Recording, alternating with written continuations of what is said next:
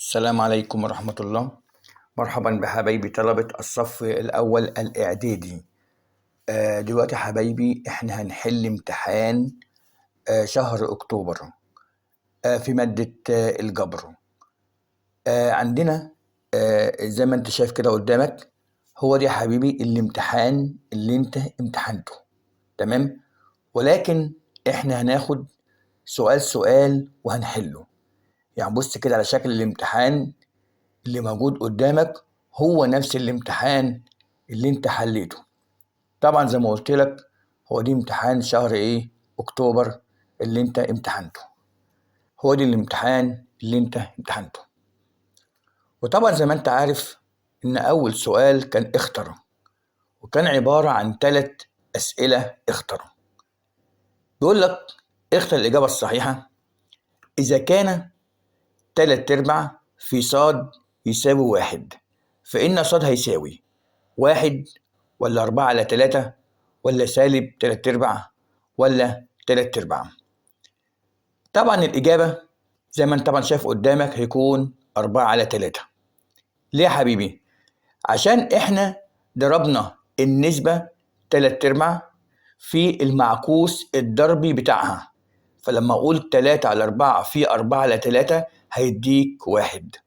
لأن أي نسبة لو ضربتها في المعكوس الضربي بتاعها هيديك طبعا إيه؟ هيديك 1. يعني مثلا 2/5 في 5/2، 4/6 في 6/4. أي نسبة أضربها في المعكوس الضربي بتاعها بيديني 1، وبالتالي الحل كده قدامك زي ما أنت شايف إيه؟ 4/3. تمام؟ وبالتالي الحل عندي كده 4/3 زي ما أنت شايف. نيجي 2 برضو في اختر. 75 جزء من 100 نقص منه ربع. بص يا حبيبي، الربع ده معناه 25 جزء من 100. يعني لما أقول لك 75 جزء من 100 هنقص منه ربع من 100، أو هنقص منه 25 جزء من 100 هيساوي كام؟ برافو برافو، بقول يا مستر هيساوي طبعا 50. ليه؟ زي ما قلت لك إن الربع معناه 25، وبالتالي 75 ناقص 25 هيساوي إيه؟ 50. طبعا أنا حولتها لنسبة مئوية، يعني يساوي 50%. تمام؟ عندنا برضو عدد الأعداد التي تقع بين 5 و4 أخماس. كم عدد نسبي موجودة بين 5 وال4 أخماس؟ طبعا الإجابة عدد لا نهائي. تمام؟ عود نفسك كده لما يجيلك أي سؤال يقول لك إيه الأعداد النسبية التي تقع، ويجيب لك مثلا عددين نسبيين تانيين. طبعا عدد لا نهائي. نيجي بعد كده السؤال التاني اللي هو سؤال أكمل. إذا كان 4 أخماس زائد س يساوي 0، هحط إيه مكان السين بحيث أجمعه مع ال4 أخماس يديني 0؟ أنا عايز حد فيكم يفكر كده ويتكلم وأنت بتسمع الدرس. تمام تمام، برافو عليك. وهبقول يا مستر هنحط مكان السين -4 أخماس. الحل هنا هيكون -4 أخماس. ليه يا حبيبي؟ لأن أي نسبة لو جمعتها مع المعكوس الجمعي هيديني 0. يعني أقول لك إيه؟ 2/3 زائد -2/3 هيساوي 0. 4/6 زائد -4/6 هيديني 0. فأي نسبة أجمعها مع المعكوس الجمعي بتاعها بيديني 0. تمام؟ وبالتالي لأن ال4 أخماس المعكوس الجمعي بتاعها هيكون هو -4 أخماس، فلما أجمعهم مع بعض بيديني 0. تمام كده؟ نيجي بعد كده حبيبي رقم 2، المعكوس الضربي للعدد 4 أتساع. المعكوس الضربي للعدد 4 أتساع يعني 4/9. طبعا المعكوس الضربي زي ما انتم عارفين أنا بقلب النسبة أو أقلب الكسر. البسط ومقام والمقام بسط، يعني الحل طبعا زي ما انت شايف هيكون 9/4. تمام؟ البسط اللي هو الأربعة هيكون مقام، والمقام اللي هو التسعة هيكون بسط. فالمعكوس الضربي هنا معناه إني بقلب النسبة أو بقلب الكسر اللي موجود قدامي، البسط مقام والمقام بسط. رقم 3، مجموع أي عدد نسبي ومعكوسه يساوي. طبعا هي زي بالظبط رقم 1، تمام؟ بجمع أي عدد نسبي والمعكوس بتاعه. طبعا أنا كنت شرحتها لك دلوقتي في رقم 1 لما قلت لك لما أجيب أي نسبة وأجمعها مع معكوسه طبعا هيديني صفر، تمام؟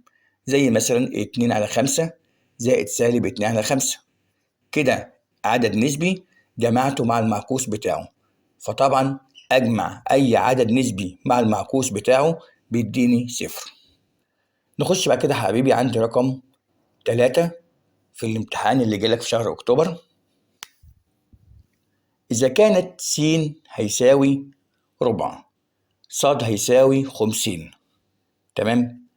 س هيساوي 1/4، ص يساوي 2/5. اوجد القيمة العددية للمقدار س ص. أنا عايزك بقى يا حبيبي بقى ركز معايا كده. س ص معناها س في ص. طالما مفيش بين س وصاد زائد أو ناقص هيكون علامة الفي، بس إحنا طبعا ما بنكتبهاش. فس صاد هنا معناها س في صاد، وبالتالي هنا أعمل إيه؟ هضرب الربع في ال50. بقول لك ما كده هعوض بقيمة س وقيمة صاد، السين بربع والصاد ب50، وبالتالي س صاد معناها س في صاد، بمعنى إن أنا هضرب الربع في الإيه؟ في ال50 زي ما أنت كده شايف. أدي الربع في 50 هيساوي. طبعا هنا هعمل إيه بقى؟ زي ما أنت عارف هضرب البسط في البسط والمقام في المقام، تمام؟ هضرب 1 في 2 واضرب 4 في 5، يعني هيساوي هنا 1 في 2 يساوي 2، 4 في 5 هيساوي 20. أصبح الحل عندي كده 2/20، تمام؟ ولكن 2/20 لابد إن إحنا نبسطها في أبسط صورة. فبقول لك ال22 يبقى له اسم على كام؟ على 2. فأنا هقسم ال22 على 2، طبعا هيديني زي ما أنت شايف 1/10. على أساس إيه؟ 2/2 فيها الواحد، 20/2 فيها ال10، وبالتالي الحل كده هيساوي 1/10، تمام؟ ناخد بقى المسألة الأخيرة برضو اللي جات لنا في الامتحان. اوجد 4 أعداد نسبية تقع بين ثلثان وثلاثة أسباع، 2/3، 3/7، تمام؟ عايزين نجيب 4 أعداد نسبية بتقع بينهم.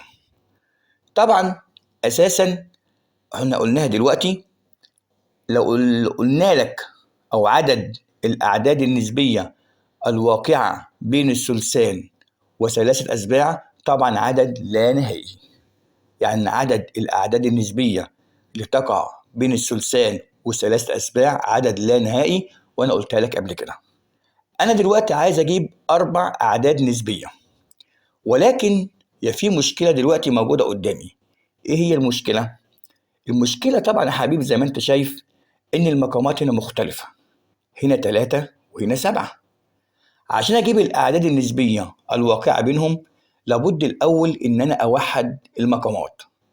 إذا لابد الأول إن أوحد المقامات عشان أقدر أحل المسألة بتاعتي، تمام؟ طبعا أبقى أنا أوحدها إزاي؟ ألاقي إن ال7 لا تقبل القسمة على 3، يعني ما ينفعش أقول 3 في كام يديك 7. في الحالة دي أعمل إيه؟ أضربهم في بعض. هضرب ال3 في 7 هيساوي 21، وبكده هوحد إيه؟ المقامات زي ما أنت كده إيه شايف كده. عملت 21 وحدت المقامات، ضربت ال3 في إيه؟ في 7 زي ما أنت شايف، تمام؟ بعد كده عملت إيه؟ هقسم، أو في حاجة أحسن ممكن نعمل مقص، يعني ممكن أقول لك 2 في 7 هيساوي 14، تمام؟ و3 في 3 هيساوي 9. يعني بالنسبة للمقام احنا كده قلنا خلاص هضرب ال3 في 7 21. في حلين بقى بالنسبة لموضوع البسط اللي موجود قدامك ال14 وال9، ليها حلين. الحل الأولاني زي ما قلت لك قبل كده نظام المقص. وطبعا نظام المقص انت عارفه من ايام الابتدائي. 2 في 7 هيساوي 14، 3 في 3 هيساوي 9. تمام. وفي حل تاني بنعمل ايه؟ بقول 21 على التلاتة فيها السبعة، 7 في 2 ب14. او اقول 21 على السبعة فيها التلاتة، 3 في 3 هيساوي 9. فانت قدامك كده وقدامك كده. تمام. دلوقتي انا كده وحدت المقامات. اصبح ان عددين النسبيين لما انا وحدت المقامات بتاعتهم اصبح 14 على 21، 9 على 21. هسألك سؤال، ايه الاعداد النسبية الموجودة بين التسعة وال14؟ طبعا شيء طبيعي هتقول لي ايه؟ زي ما انت شايف كده قدامك 10 و11 و12 و13. أصبح دي الأعداد النسبية اللي موجودة بين ال14 على 21 وال9 على 21. الحل طبعا 10 على 21، 11 على 21، 12 على 21، 13 على 21. تمام. يبقى زي ما قلت لك الأول كده أهم حاجة إن إحنا كنا إيه؟ نوحد المقامات. وطبعا المقص بعد كده زي ما أنت عارف، وطبعا بنفس الأسلوب اللي موجود قدامك. لو انت حبيبي حسيت برضو ان في نقطة برضو مش فاهمة قوي، حاول ارجع بالفيديو. تمام. طبعا حبيبي هو دي الامتحان اللي انت امتحنته في شهر اكتوبر. وشكرا لحضراتكم، واتمنى لكم التوفيق جميعا. والسلام عليكم ورحمة الله.